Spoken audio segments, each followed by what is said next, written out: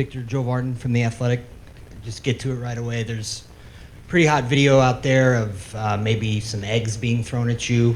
And then also there's another one of something happening to the team bus leaving Madison Square Garden. How are these things impacting you? And yeah, I guess that's the question. Like, how are you dealing with these incidents? I mean, I didn't really think much of it. I just saw that one video of the eggs. I didn't see any other one, but it's okay. I don't dislike it. Obviously, it's not good at all, but it doesn't bother me. Yeah, we did hear some things. Yeah, I didn't see any. I have no idea. I think it was a bottle because it was like water in the bus, but I don't know. I didn't see anything. On your left, third row. Victor, Helen from Tencent. Players always talk about keeping a 0-0 mentality in these situations, but obviously that's much easier said than done. So on a personal level, what specific things do you do, whether it's meditation, extra training reps, or a certain pre-game ritual to actually lock your mind into the 0-0 headspace on such a massive stage?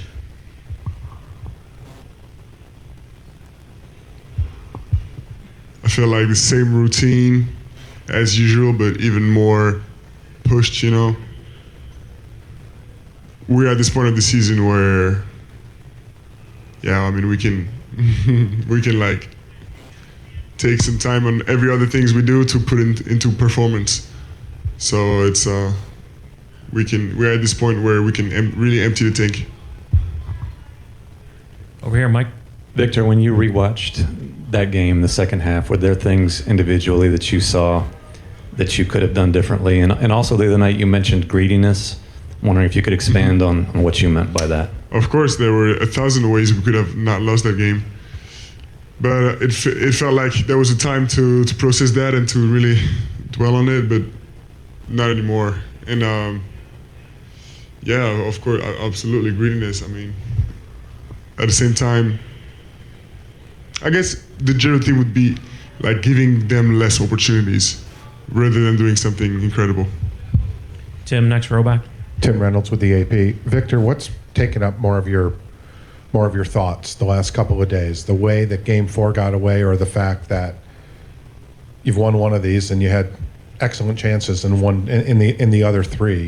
You certainly could have won all of them. Has that been more of the theme, that there are ways to be successful, that you've proven that to be successful against this team, or was Game 4 that tough to shake? Yeah, I mean, you said all of it. It's we're very confident, but yeah, game. I wouldn't say it was so hard to say like shake off, right? But harder than any other game before, by far, for sure. But I mean, now we're over it. It's the playoffs. There's no time to regret things for too long. Next row back, Maxime. Juste, qu'est-ce qui te rend aujourd'hui confiant malgré tout, malgré le scénario et malgré le fait que vous êtes dos au mur à 3-1? Quelles sont les choses qui te rendent encore confiant? Mitch a dit la même chose, a parlé de confiance et de force de l'équipe. Qu'est-ce qui te fait dire que c'est encore possible d'aller chercher la victoire finale? La capacité avant tout, le fait d'avoir prouvé match après match que personne nous bat, c'est nous qui nous battons nous-mêmes en quelque sorte. Et donc voilà, c'est en fait la confiance vient du fait qu'on sait qu'on a notre destin entre les mains. On your left up front. Tim McMahon, ESPN. How much do you think fatigue was a factor for you down the stretch of that game? Sorry? But how much do you think fatigue, fatigue. Yeah, with the minutes ramped as high as they were, the energy? Definitely a factor, but it's the playoffs. Everybody's just as tired. And I mean, it shouldn't even be a factor in the game. Now we got 2 days in between games. It's not going to be a factor. Dan, on the left side, fourth row. Dan Devine, Yahoo Sports. Victor, it seemed like they were having a little more success in the second half of getting you into the action, up on the ball as opposed to back in the paint. How are you approaching that kind of tug of war, that cat and mouse game of needing to stay back, but also sometimes being brought up into the action?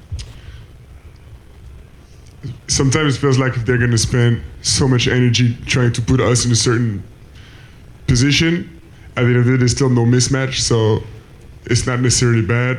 I don't think it was really a reason why we lost that game. Over on this side in the front. Morning, Victor. Nacho Garcia for Marca. What's in your mind when you see the big number of Knicks fans that are... The big what, sorry? The big number of Knicks fans that are coming probably tomorrow, and that means also that probably most of those tickets are sold by some of the Spurs fans. What's in your mind? Is a concern for you, or...? No, it's not a concern. I mean, we got good defense here in the crowd. Over on your left, Jared. Jared Weiss, The Athletic. Coming into the series, you and a lot of the guys have talked about you're hoping that your inexperience in this moment wouldn't be a detriment, and that maybe could even be a strength because you're naive to the challenges of it. Mm-hmm. What have you learned in these last few days about what experience at the finals looks like? Many things in the finals, in the whole playoffs. It felt like we haven't skipped any steps because we've made almost every mistake we could have possibly done, and we've learned from them. So I'm counting on the fact that we're going to learn before this series is over and apply. We'll take last two, Kelly and then Sam in the back. Kelly Eco, Yahoo Sports. Victor, in terms of the bond between you and Mitch, how has that grown throughout the course of this playoff run? Obviously, you guys are very close, but how has that grown from your perspective over the course of these last couple of years? Oh, very much, very much. It's he understands people very well and knows how to speak to them, and I'm no exception. He knows how to speak to me. And in game, it feels like it's like nonverbal communication as much as verbal, because first of all, it's loud. Sometimes we're far away, and he knows what I need. He knows what I need to get to, and I know also, what he needs, what signals he needs. So, no, we've grown very much in that sense. Last question, Sam, back right. Victor, Sam Amick, The Athletic. I know you take one game at a time, but I would imagine in order to attack that game the way you need to, your group needs to believe that they can still do this. The other night, you said that the loss would either divide you or bring you together. 2 days later, do you have a better sense of whether or not the group actually thinks they can pull this off? Yeah, absolutely. Yeah, everybody knows we're going to do it. But I don't know if I agree with you. I feel like we need to isolate that one game and take it one game at a time. I think it'd be a mistake to waste our energy on different, on multiple games. It's one game at a time. Thank you, Victor. Thank you. Hey, De'Aaron, Christian Winfield, New York Daily News. Just after the way Game 4 went, just what did the film show you, I guess, about where things went left, and then how do you evaluate your own performance from that game as well? I mean, for us, it's what are we going to do whenever we get up 10? What are we going to do when we get up 15? Basically, every game we've had, some sort of a lead, and we're down 3-1. So we have to figure out how to sustain those leads, and then we have to figure out how to finish games. Kelly, front left. Kelly Go, Yahoo Sports. Darren, I think this team has talked about how you've been so important to them all year long in terms of the growth, the intangibles. In terms of a game like that, how do you separate some of the mistakes from the overall, like the belief that you guys have come this far and that bond you have with Mitch? I mean, I think these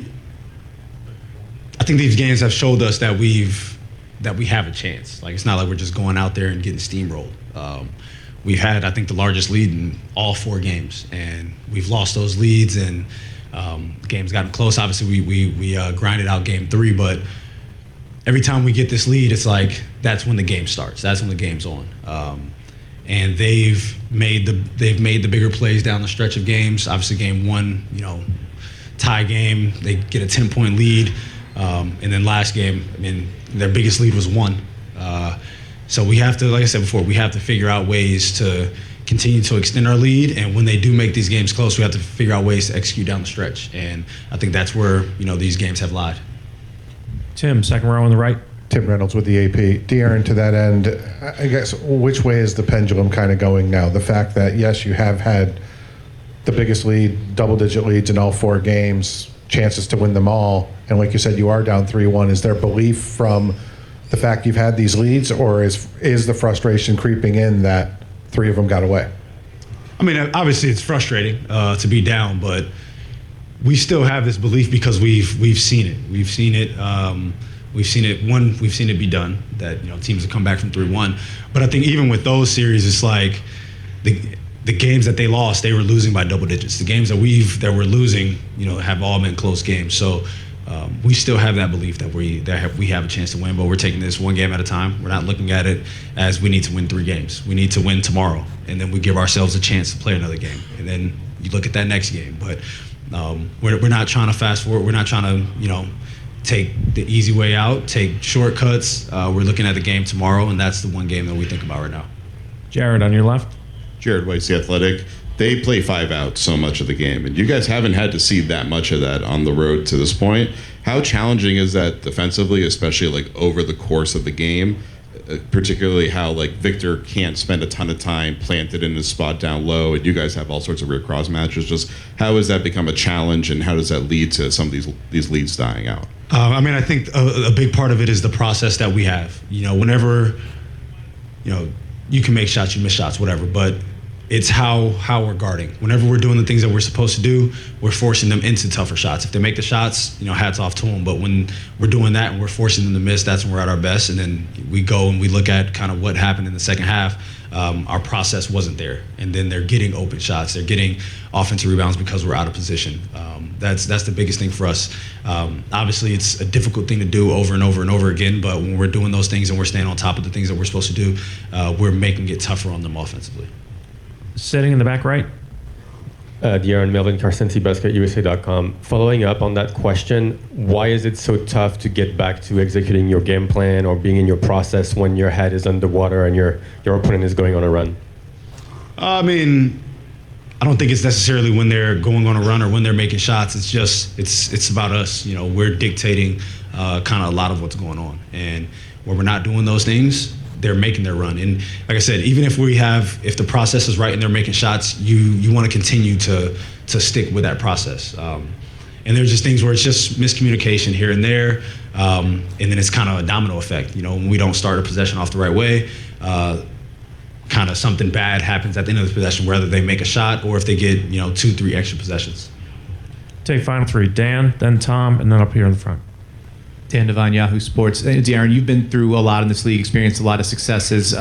This kind of level of attention, scrutiny, and a tough finish like the night Game 4. What have the last couple of days been like for you, kind of processing the attention, that scrutiny, the tough finish?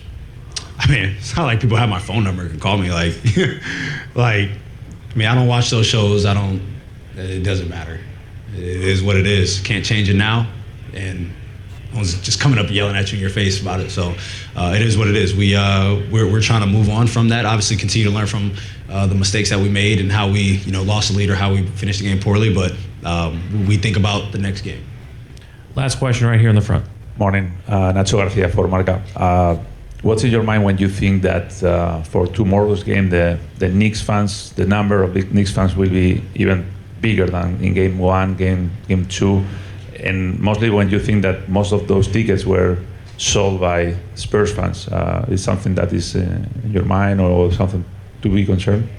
I mean, is that something to be?